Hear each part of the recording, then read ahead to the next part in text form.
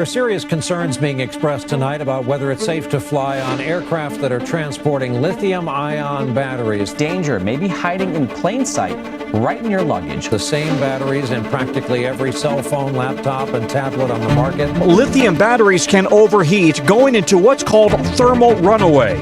It's why the FAA doesn't allow batteries in checked luggage. Most aircraft incidents take place in flight, but not all of them. Here's a fire that took place on Japan Air while on the ground taxiing at Chicago's O'Hare Airport, and it gets really tense. Watch. Heavy, right turn Papa, hold short 12 ball. Right down Papa, hold short to both Japan Daddy. So Japan Air has just landed. They've been in the air a long time. They taxi off. They get instructions to go via Gulf to their gate, and everything seems normal. This is a normal procedure at this point, but they're going to get a call. The cockpit's going to get a call right now that something's going on in the back of the airplane. Hello, Japan 10 Heavy. We have smoke in cabin. Request present position hold. Time Heavy, you can hold position there. You require assistance. Hold position, Japan Heavy. Okay, so he calls up and says, we've got a smoke in the back of the airplane. We request to hold at present position, and they're granted to hold at present position. Now, there's going to be a flurry of questions that come after this, obviously. Do you need assistance? What's going on?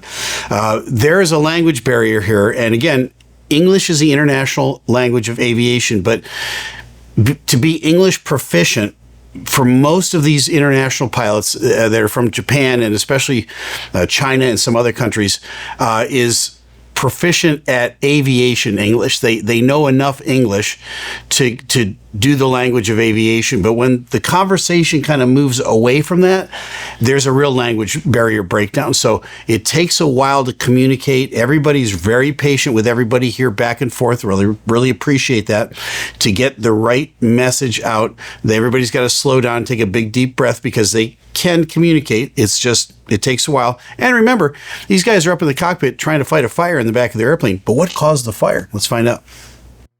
You said it's smoke in the cabin. Possible? Do you need assistance? Okay, there's the first flurry of questions. All right, they just came from Haneda to ORD on the 6th of September, and they cleared the runway, and immediately they got the smoke in the back. Go ahead, Japan. Do you think there's smoke in the cabin or cockpit? Smoke in cabin, not cockpit, cabin. Okay, very clear. Fire assistance. Do you need a fire truck? Now, these guys are busy, right? They're talking on the phone to the flight attendants in the back. When I've had an emergency, especially on the ground, the phone in the cockpit just starts ringing off the ding, ding, ding, ding. Everybody back there is calling me to talk to me about it. So it gets kind of busy. Sorry, second story, Japan. Understand, do you require assistance? You require assistance. Time Heavy, contact 118.25. All right. Understand, O'Hare? Yep, he's busy right now. Going to call him again. Understand, Heavy, O'Hare? They're busy. Understand, Heavy, O'Hare Tower. Yep. This is Japan, then the guest to taxi and the next position. Japan time, contact 119.25. Sorry, 119.25, Japan, then. It's amazing that an incident can happen anytime.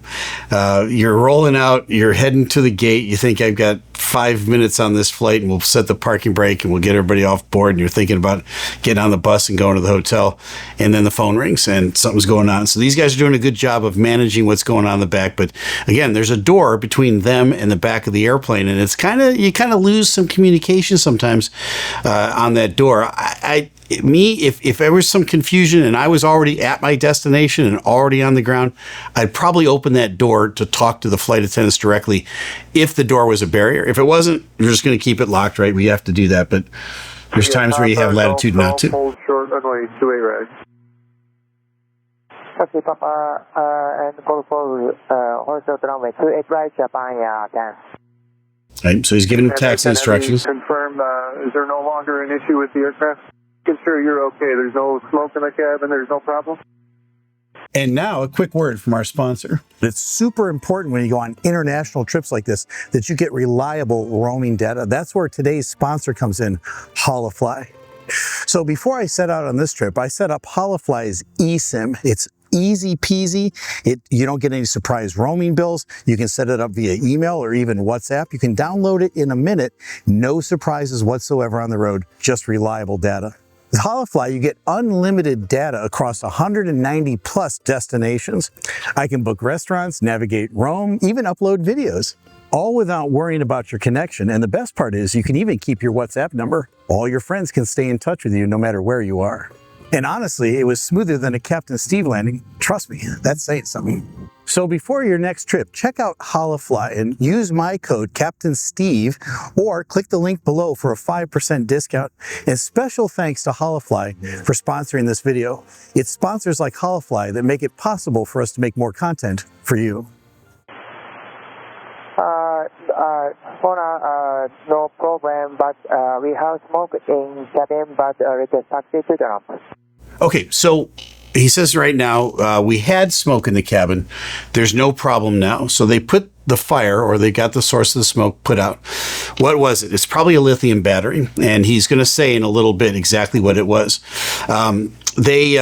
We've got in the back of the airplane these bags, and they kind of look like manila envelopes. They're not paper, but they're made out of a special material. They're pretty good size. They're about this big enough to handle any sort of a battery, and they're designed to contain a battery. And if there is such an incident on the airplane, you have to get the battery, and that's the difficult part, into this bag. And if you can get it in the bag, then they pour water in it, they pour ice in it, and you think, well, why would you want to pour water on a battery? Once they seal the bag, it's going to cut off all the oxygen to that battery, and the ice and the water is designed to cool down the battery. These lithium batteries get overheated, and that's what causes the fire. So if you can cool that battery down, you're going to contain the fire and seal it and cut off the oxygen. So the two things it needs to keep going, you've just cut those off. So we do have on every single airplane these bags to contain a fire. Most likely that's what they were doing. It takes the flight attendants a minute or so to get the bag out, to find it, to get the thing in the bag, and to get the passengers out of the way. There's a lot going on, and especially when you see smoke, people get a little frantic. Let's see what goes on. So you have smoke in the cabin, and you want to taxi to the ramp. Yep. It is taxi to ramp. Yep. He says, well, everything's fine. Japan Air 10 Heavy, Roger.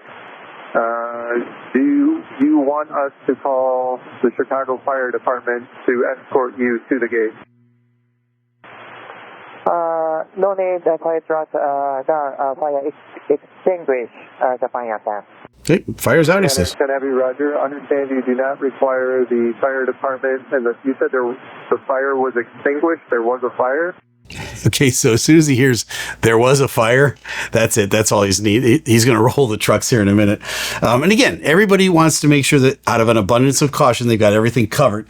And you don't want a recurring fire, because that can happen with fires, right? You think you got to put out and then it comes back. So you know what? Let's get ahead of this a little bit. If I'm this air traffic controller, this ground controller, I'm absolutely going to roll the trucks.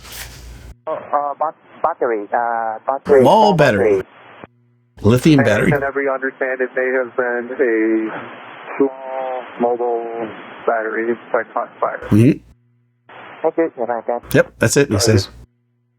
Okay. And Air 10 Heavy, we are going to call the fire department. I know that you didn't request it, but we are going to request it for you. When able, say 8 persons on board and fuel remaining. About total 220. Nope, you get that wrong. Sorry. 233. That includes the crew. We have over 233. And remaining fuel. 1 hour and 20 minutes. That's about right. 233 people on board with 1 hour and 20 minutes of fuel. Okay. Roger. At the end, it becomes kind of a lot of drama, but you want to be safe than sorry.